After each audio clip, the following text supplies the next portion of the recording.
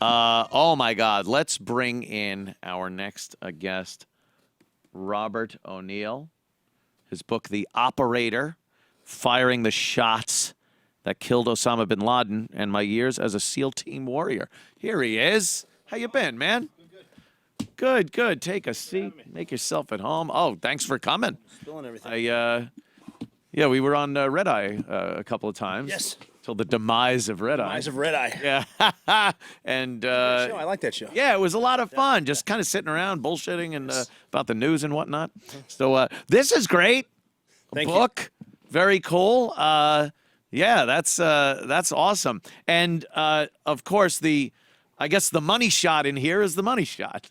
It is. Yeah, that book, The Operator, is. I titled it The Operator because it's a book about the life of the operator, and that's any operator, be it a SEAL, a Ranger, a Green Beret, and what they go through. It's kind of a life story of a guy from Montana that through hard work ends up becoming a SEAL kind of on accident and then in bin Laden's bedroom. And it's my biography, and like the bin Laden story is just part of the story. Sure. So it's like chapter 23.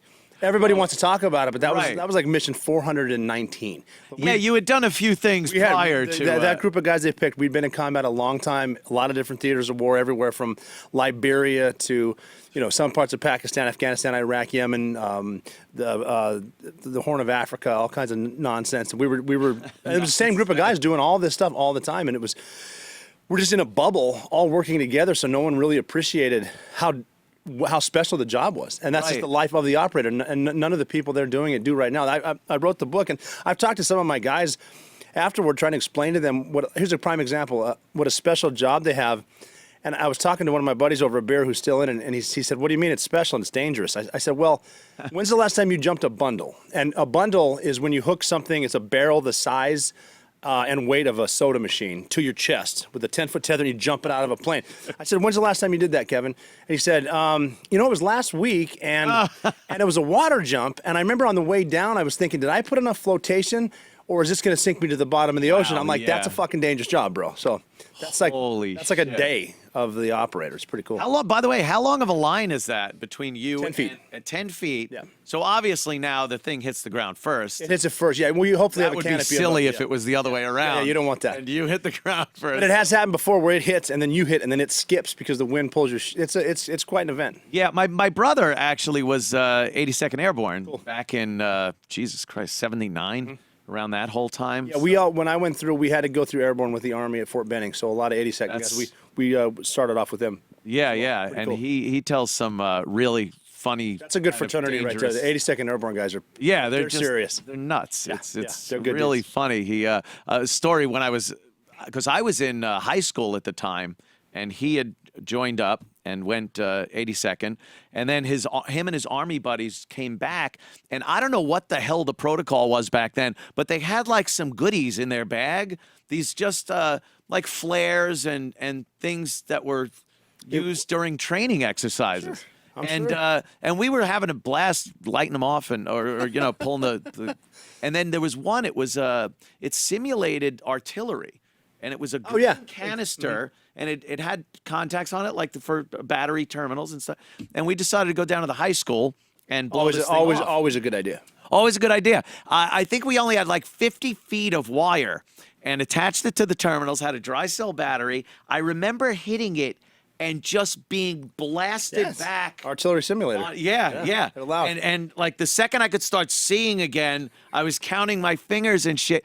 It was just, and the guys are laughing their asses off. It's fun. one of those, They're good groups of people. Good groups of people. I watched the documentary last night. It was, I think it's called Valiant Brothers, or it's about the Afghanistan Taliban. There were like 100 special forces that went in to Afghanistan and kind of getting rid of, right after 9/11, getting the Taliban the fuck out of there. And it was amazing that it's pretty much 100 guys overturned the Taliban. Yeah, was it the Americans that went in, right? Yes. Yeah, they got horses. The horse soldiers. They got on board with the Northern Alliance, which is a different. They're not the Pashtuns. They're a different. It's a lot of tribal stuff going on up there. But they went in there and they explained to the Northern Alliance that with American air power we can defeat the Taliban, which they did.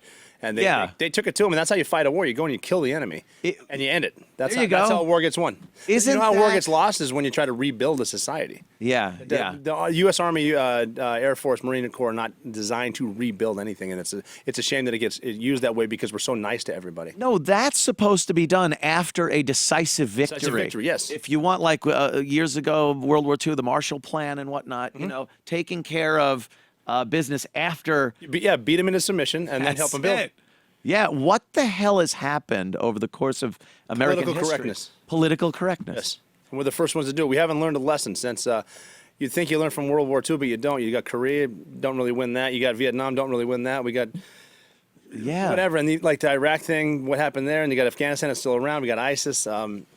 Yeah, I mean, you got to thump some people at some point. We think political correctness is something new, but man, it's been going on so long, and especially in combat. I mean, people are going to die, and it's not a clean operation. Oh, it's nasty. It's nasty. It's loud. It's fast. Civilians get hurt and killed, and for some reason, there's this idea that it can be done without that. That war can be done and won in this clean, antiseptic way, and this isn't. As long as evil men are in charge, there's going to be war, and there's going to be pain and death, and that's the problem. And I mean, I've even interrogated people before. I was a battlefield interrogator that said, as far as hearts and minds, which does work, but you have to do it the right way. He said, "I'm not going to give up my God for tea and cookies." and that's what Wow, that is you talk to- profound, man. but that's the truth. That's what it is. And that's what they believe, and that's why they're fighting us. Yeah. We're fighting them for whatever reason, trying to kill people as nicely as possible. You don't want to do Yeah. it violently. You ought to be very nice about how you kill people. I think it started pretty much with Vietnam, where we saw some of this, just the insanity of war and how damaging it is to not only the soldiers, but the people around them, the society at large, their culture, everything. And I think it's such a mistake to try to preserve some of that and think that war can be won without doing the damage. So No, I mean, you just prolong it. I mean, prolong Don't it. get me wrong. I wish there was no war. That'd be great. Yeah. But unfortunately, there are people in the world. Look at that little dude up in North Korea. He's an issue. I mean, Putin's an issue, but he at least understands strength and he understands. You can leverage the forward defense deterrence alliance solidarity, which we're getting back now. You got Iran. You're not. Yeah. They're the type of people that if someone really wants to cut your head off because you don't think what they think God thinks you should think, that's a fucking problem.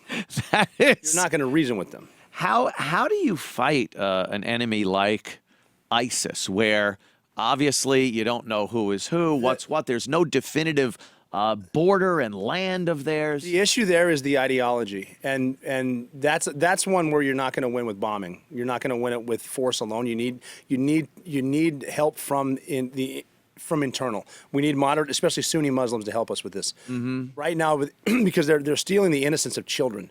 They're teaching hate from the beginning, and if you have a 5-year-old kid decapitating someone on camera, in 13 years he's not going to be okay. Right. You got to get wherever the ideology is being spread, be it London or Raqqa or Riyadh.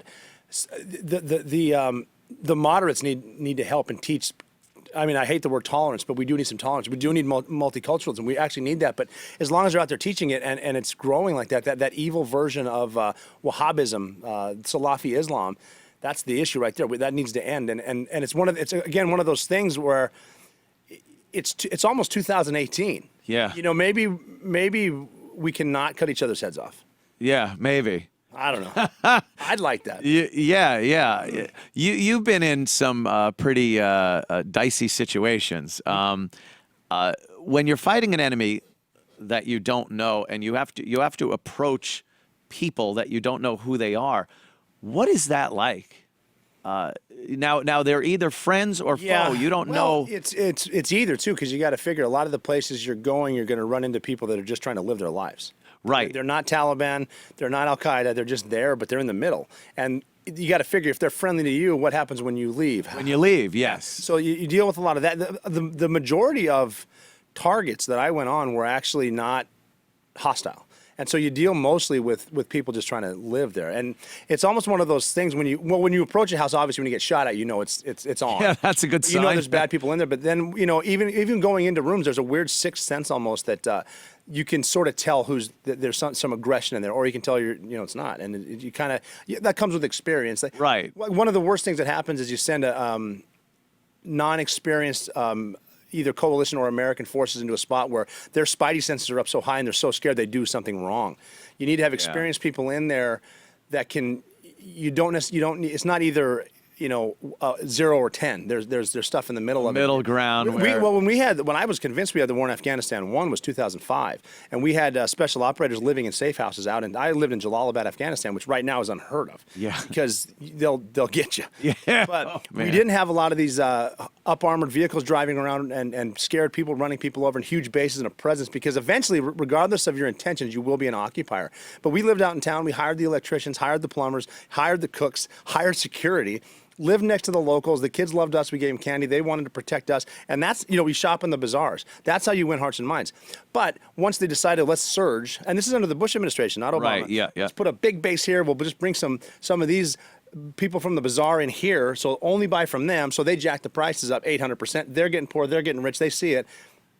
What's going to happen? Now there's a problem. There's an issue. That's an insurgency. The documentary I was watching last night showed that very well, where they said they had to go into these villages and win the confidence over of the Northern Alliance. And they couldn't do it by showing themselves as invaders. They had to show themselves as liberators. Like the Taliban, they were the invaders. They're the ones that are taking away your freedoms and whatever you want to do and putting in their crazy, archaic, brutal laws. And that's why so few guys were able to do so much with the cooperation of that group. You don't need to surge everywhere. It's not. Right. It's not an easy button. The second you just start flying those B-52s over and bombing mountain ranges, now there's a problem. I was amazed though, because I really didn't know that such a small amount of at first it was very guys small. really did so much there. There was a lot. They did a lot. To impressive. Lay the work. You guys, you normally work in small groups, right? Well, it depends. We were able to work. I've taken down targets with 2 guys. I've taken down targets with 50 guys. We jumped in with over 100 for Captain Phillips. So it all depends on what we kind of stacked the deck on that one. We weren't really sure what was going to happen. So we brought 2 planes full of dudes. Do you feel better when you have that strength in numbers? Yeah, it always felt better. When we would go out on big targets, we would have a certain amount of SEALs, but we'd also have a certain amount of Rangers. Okay. I always love having Rangers with me because Rangers are a lot like Marines in the fact that they solve problems. So like if the town's coming in around you, you have Rangers on some certain spots, you're going to be just fine because they'll let it eat. They're good. Was the idea of capture just frightening? I mean, there's no such thing. There's no such thing. No.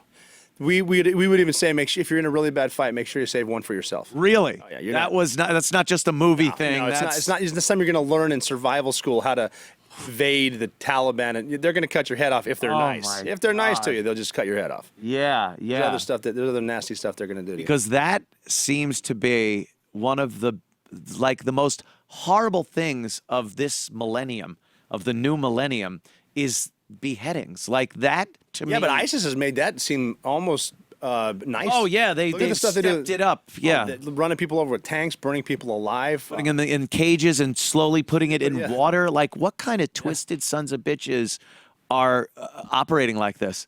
Yeah, pretty bad. Yeah, so the idea of getting caught. Yeah, it's not even an option. Not even an option. No. Wow, that's hardcore, man. Yeah. Holy shit, that's hardcore. God damn.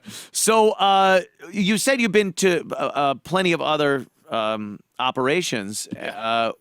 What's that like? How much notice do you get? Is it just get on a plane, you don't know where you're going? Give me a little. No, generally it would be.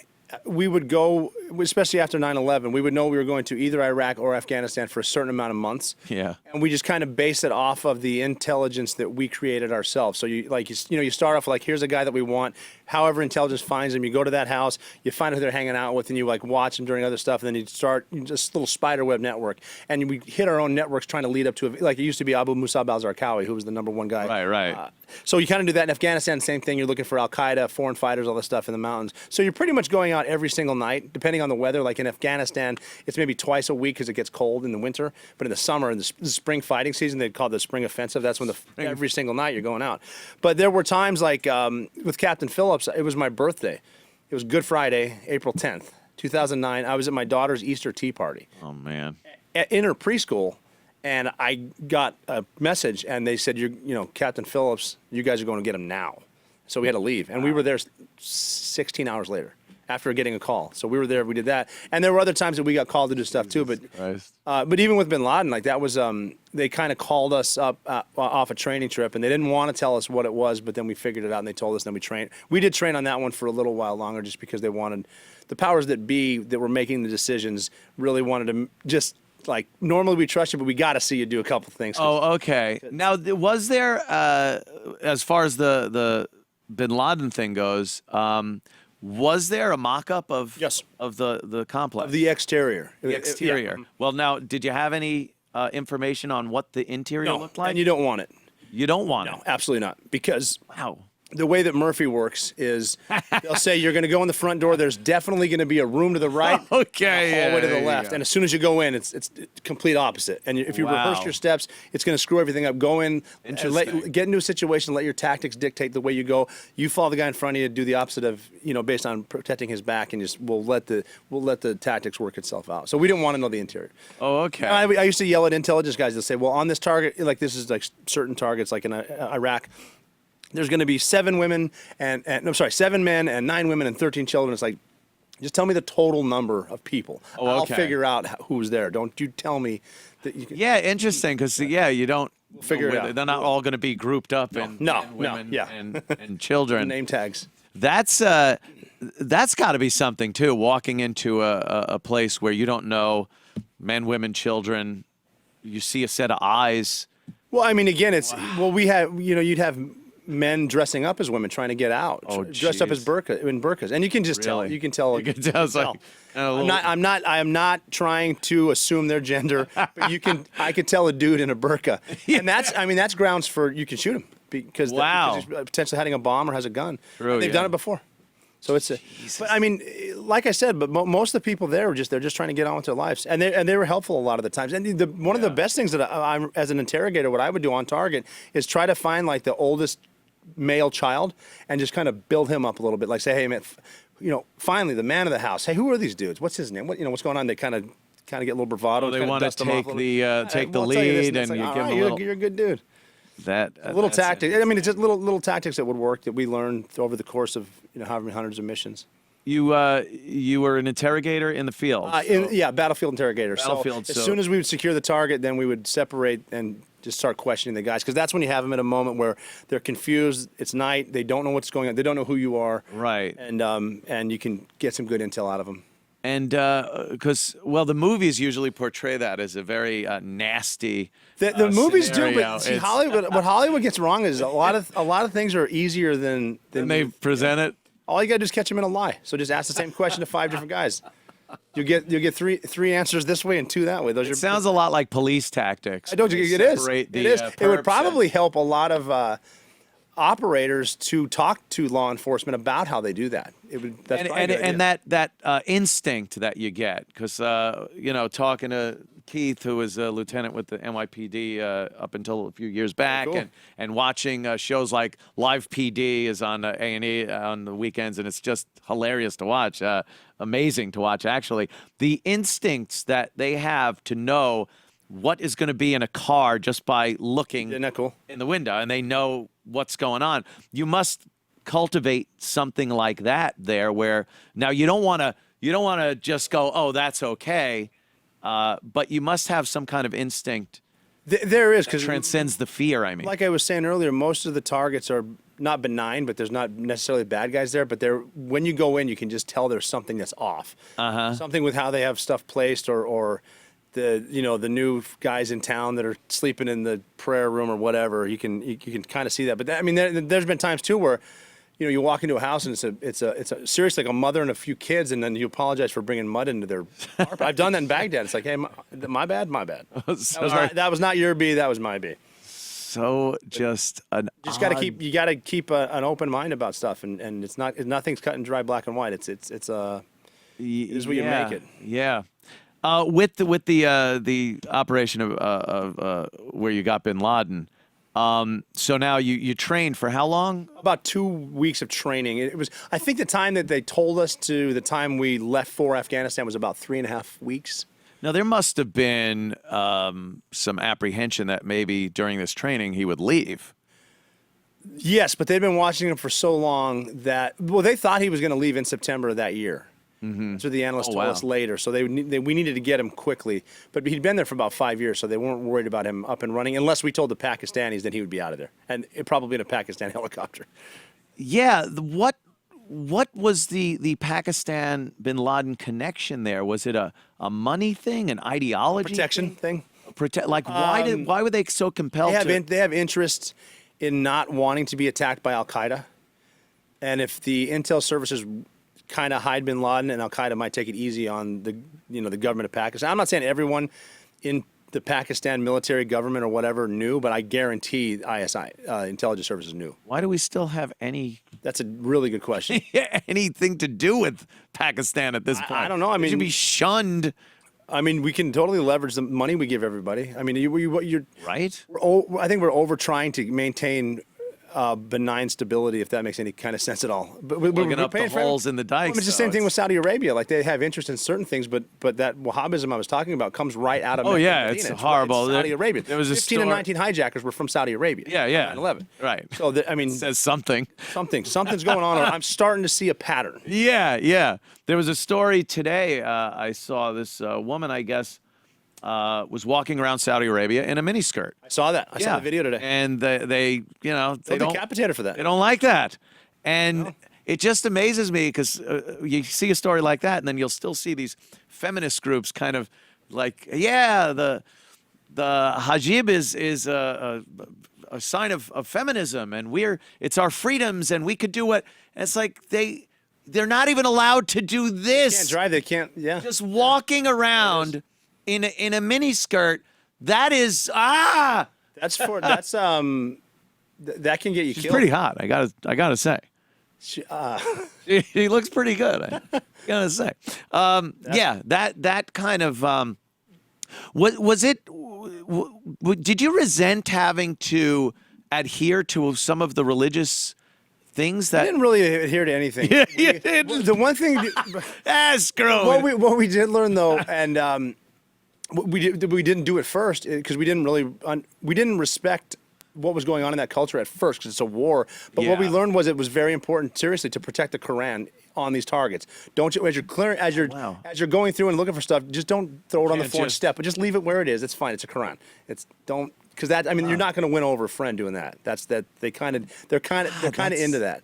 I totally understand that. And then we actually started bringing females on target to interrogate the women because we didn't, again, it's cultural sensitivity. I don't buy a lot of that bullshit, but in this case, it will work because you're respecting them and the woman talks to the woman, blah, blah, blah. It does sound like the old, you'd be cutting off your nose to spite your face thing. But I mean, at some point, especially if you've had friends wounded or killed, God forbid, you probably just want to take anything that's precious to them and destroy it. Yeah, I mean, it is, but that's where you can't let emotion overtake what you're trying to do. Yeah, that's got to be one of the hardest things, like the emotion. And I mean, with everything, like, how do you guys handle fear? I mean, I'm a believer that fear is okay.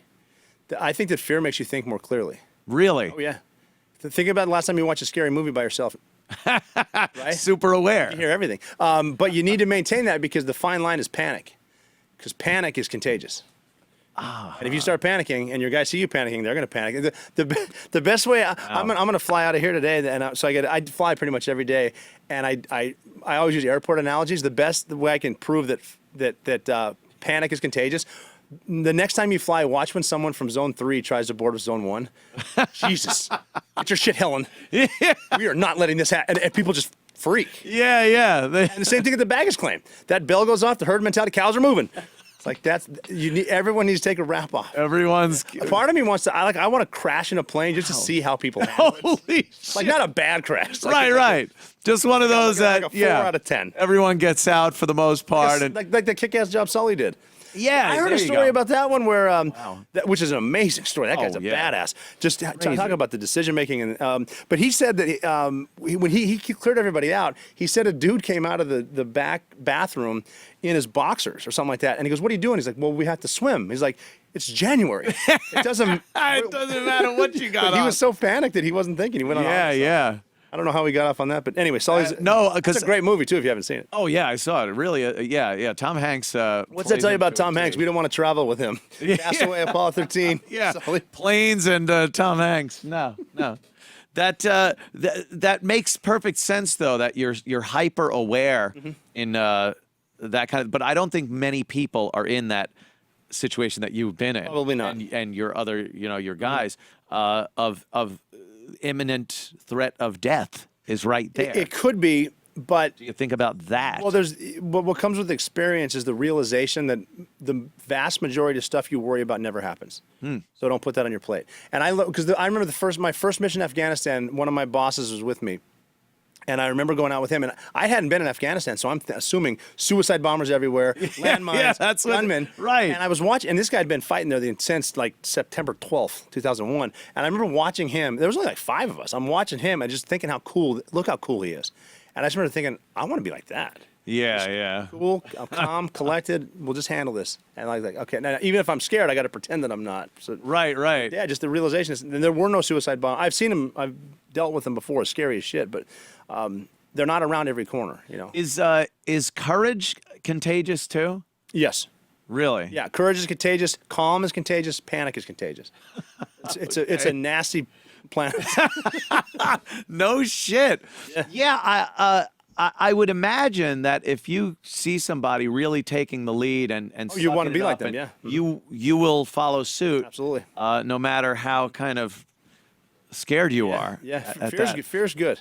It's how do you turn that off when it's time to turn it Scotch. off?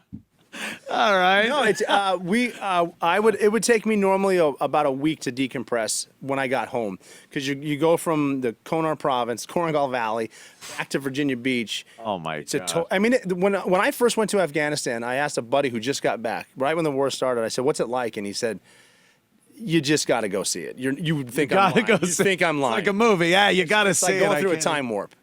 So you're in the Really? 10th century, but then you come back, and it took me about a week to like drive slower, stop pointing guns at other drive. I'm kidding. Jesus. But no, but then like that sleeping lighter and being careful around the house, and then you finally get back into it, and it takes a lot. I mean, it's a different world.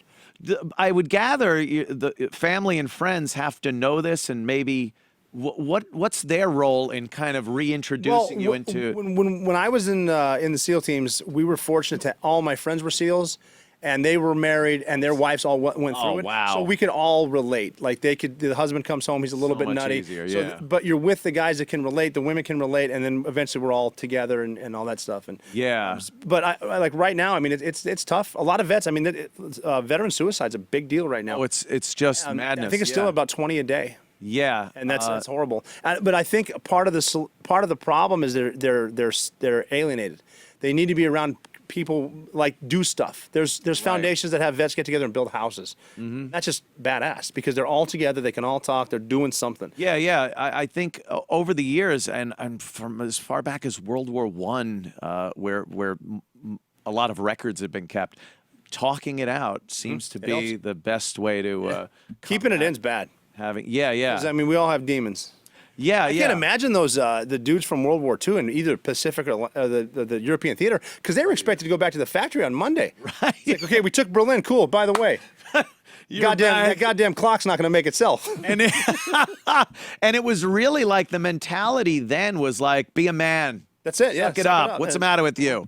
And you were expected to just, a lot of. It's amazing how much history we could have gotten from a lot of guys that just didn't want to talk about it.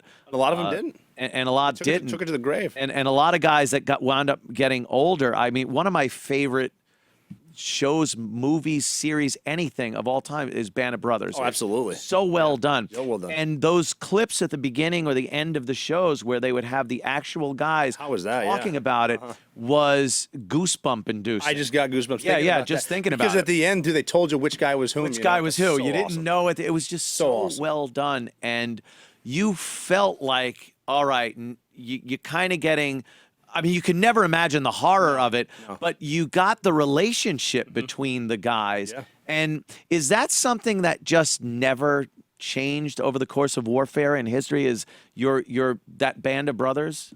Yeah, it was the tightest I've ever seen it. I mean, I still, Really? I was talking to some of my buddies today, even from the mission. I'm in touch with a lot of them, not some of them, but whatever, because that train just keeps moving. But yeah, I mean, in there it was just very, very tight. I've never seen teams work that way. I've never seen a brotherhood like that. It was Do you just start thinking and know what some guy's going to think or do? well, we had in step. We had I had my life saved by a sniper one night some of these houses in Afghanistan. Just because you're in a hallway doesn't mean there's a roof. Like Oh, shit, you're right. outside, and I remember we were already in a gunfight. And we were going down a long hallway out of a room that it opened from the corner. The doors in the corner.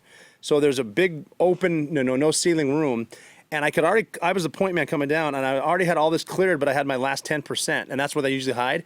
Oh. And I remember thinking, okay, I just got to get in there. And as I'm thinking about getting in there, I heard some shots, and this dude fell out of a wall and dropped a machine gun bigger than him. And I looked up, and the sniper was standing there, a solid 50 meters away, and all he did was he went like that. And then he laughing, he kind of looked down to joke, and he said, "All clear, Rob."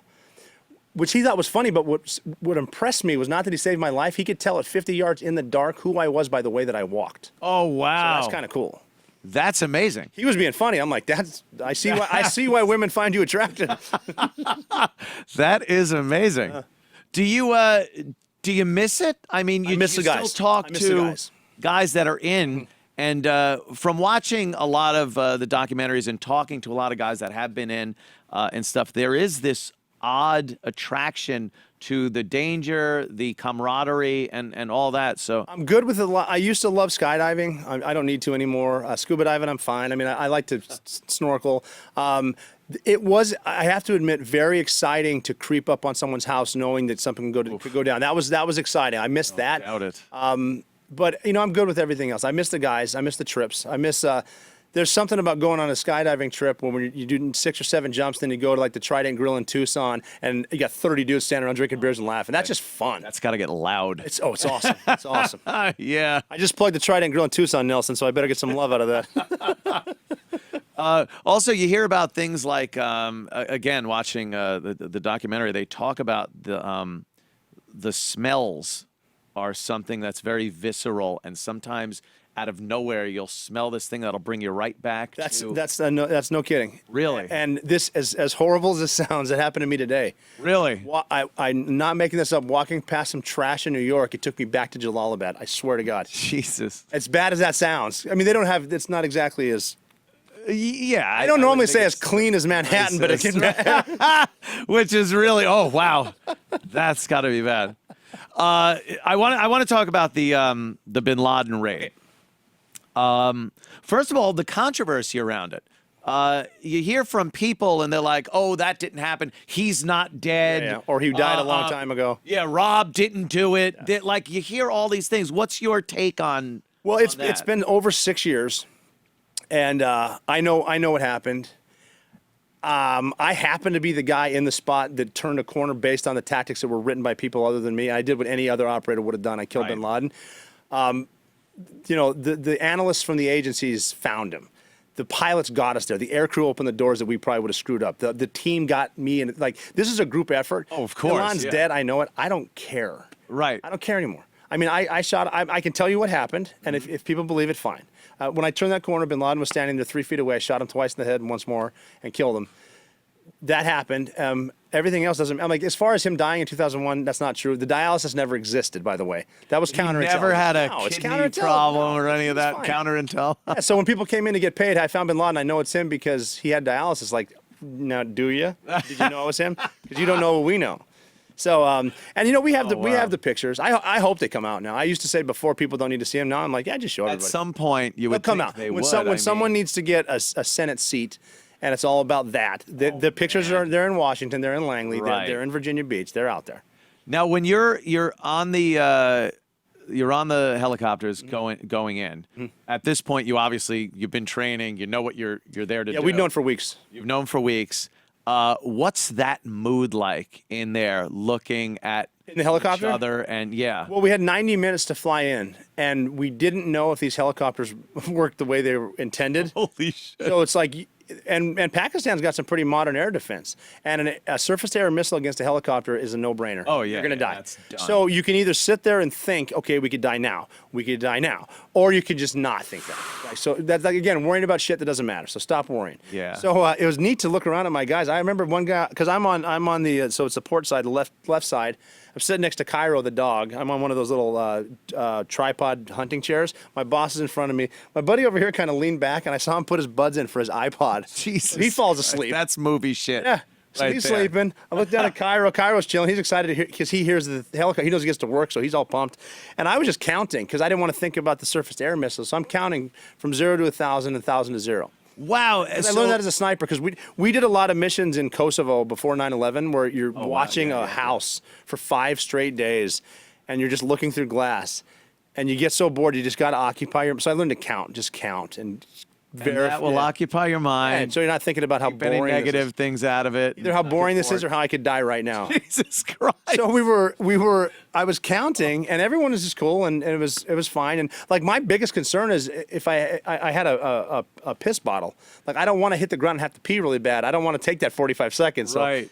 you know, I actually had a bottle in my pocket. So, but then we banked to the south. So 80 minutes in, we banked to the south, and so we're 10 minutes out from a real thing.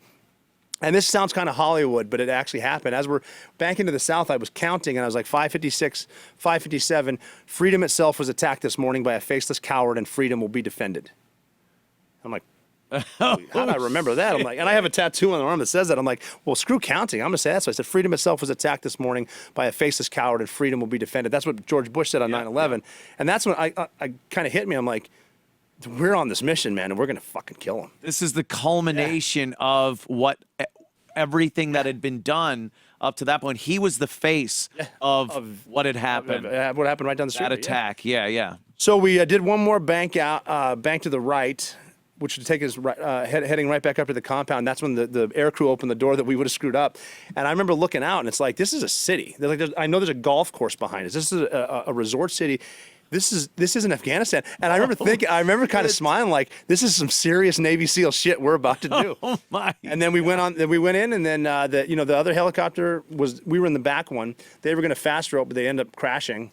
Yeah. That was, again, the perfect plan never works. That was the worst thing imaginable, and it happened. Yeah, and it happened. Now, I guess there were walls around the yard of this complex or this building.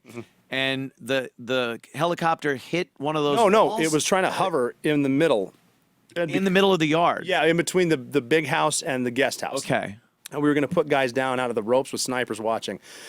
But because of the weird updraft and the fact that it was, I think, 2 degrees Celsius hotter than we thought, he couldn't hover.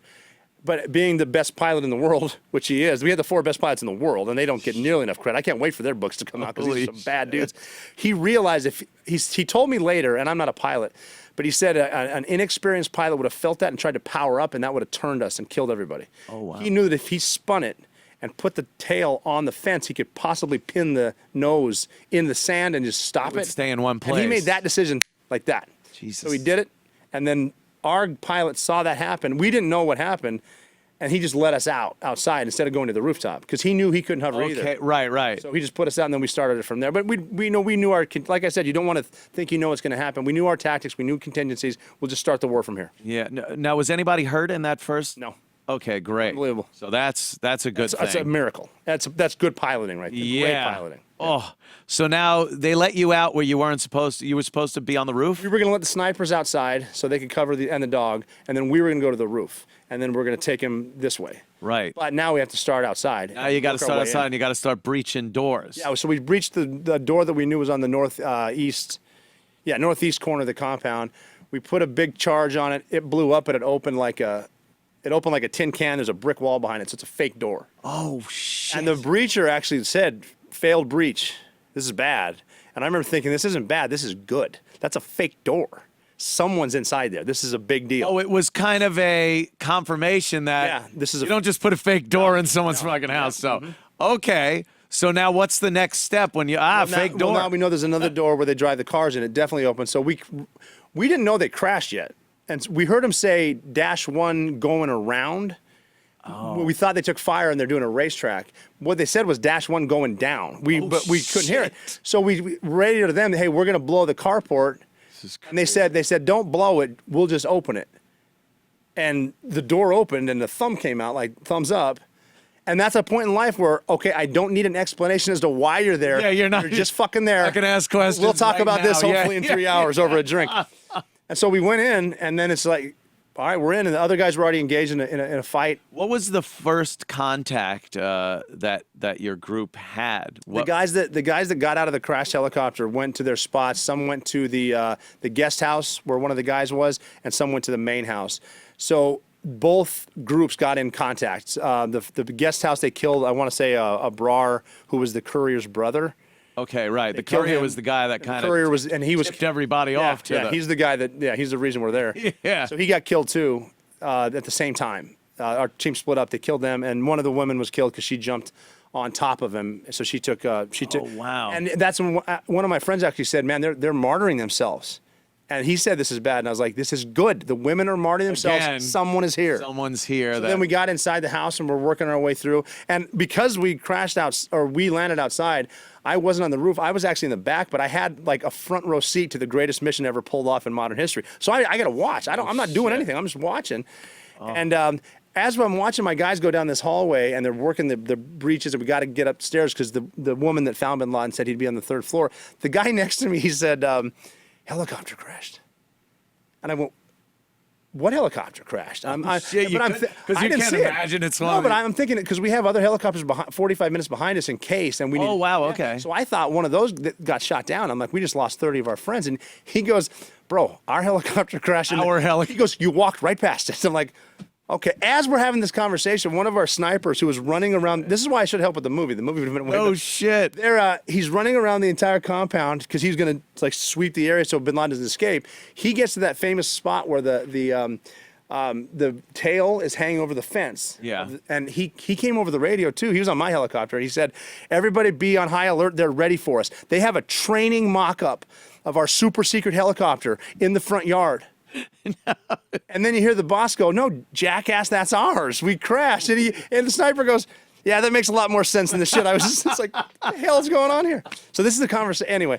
Oh my God. Then we just kept going, and the guys breached the door at the end of the hallway. And while this is happening, I was watching my guys like gather up kids and put them next to other kids or women, just to, like, because we're the good guys. Right. I don't want these kids being afraid. Just cool to watch these guys work. Then we went up the stairs, and that's where the agency woman told us we'd run into Khalid Bin Laden, his 20-year-old son. And she said, "You will run into Khalid. He will be armed. He's his last line of defense. You kill Khalid, you got a shot at Bin Laden." Not to take away from anything that's going on here, but it sounds like a video game. Kind of like does. you have to get these guys first, and then you hit, and then the boss. Isn't it impressive that she knew all this without seeing anything inside? No shit. Yeah, that's how cool she was. She was badass. That is amazing.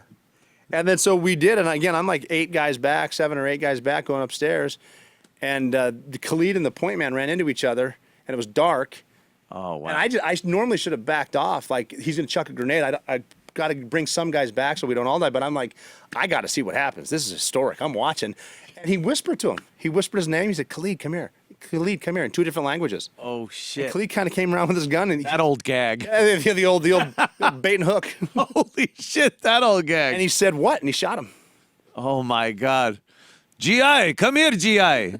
He was armed, shit. and he was barricaded, and it's like well within his rules of engagement. Khalid didn't surrender. Oh my God. So that's when I started thinking, I really hope that we live through this mission because people need to know what happened. Right.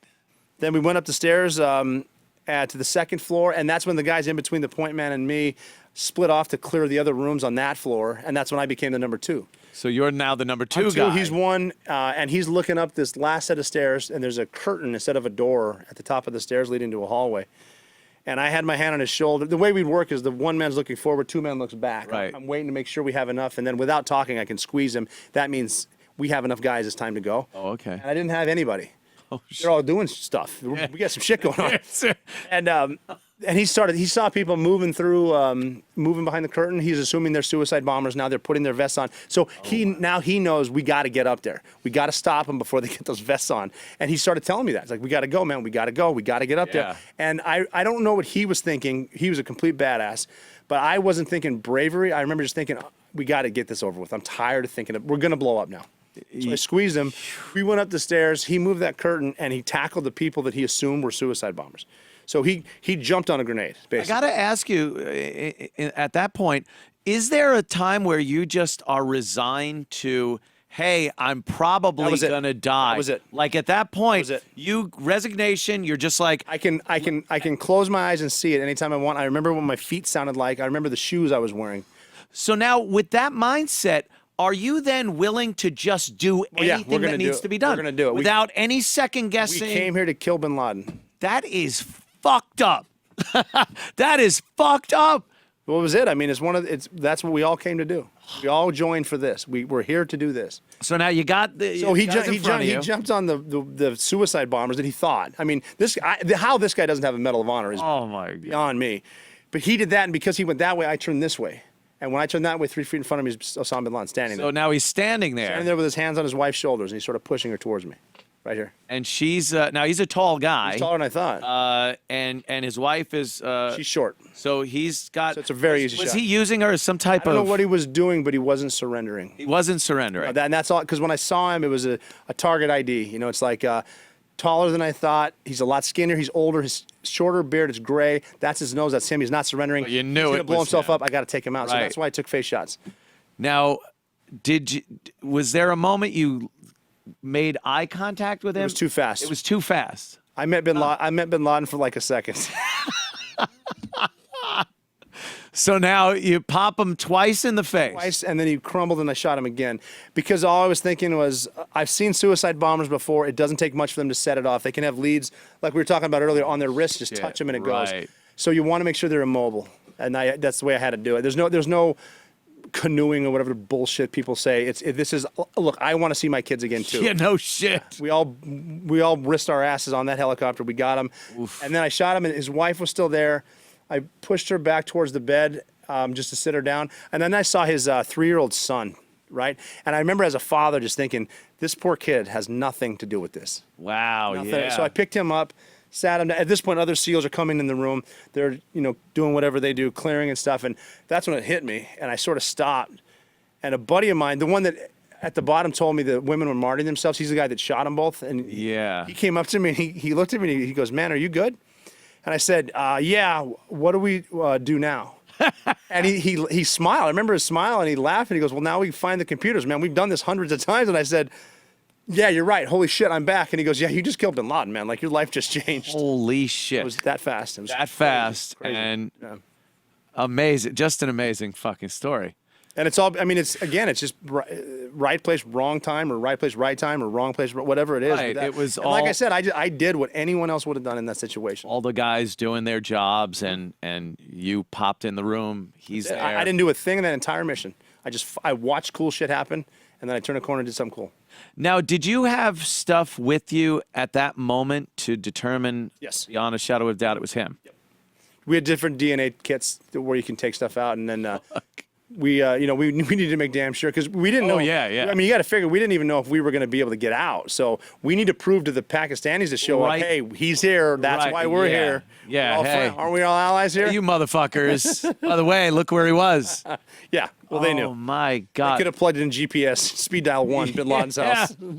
Now, there was a bunch of intel there also. Was Yes, there? we found a lot. I mean, we didn't go through we went through the Did our normal stuff. Find the computers, find the hard drives, flash drives, anything electronic. Try to break it down, put it in bags. But you didn't have time to just be like, all right, let's have some coffee. No, we got to get out. You got to get out of there. Yeah. So I think we were on the ground for maybe 37 minutes total. 37 minutes from the time you get on the ground to the time you're leaving again. The time the pilot saved everyone's ass, and the time we left. Yeah. What would you say? Well, you probably know for sure. The time that you stepped off of that helicopter and you put bullets in his head. How much time? I would have said probably 14 minutes, 15 minutes. 14 minutes. Yeah. Was in hindsight, was that a long 14 minutes for you, or it went like so? It was. fast? It was a. Because I call it like No, it was almost it was video game 14 minutes, which goes real fast, or workout 14 minutes in the gym, which is real long. It was real time because I remember.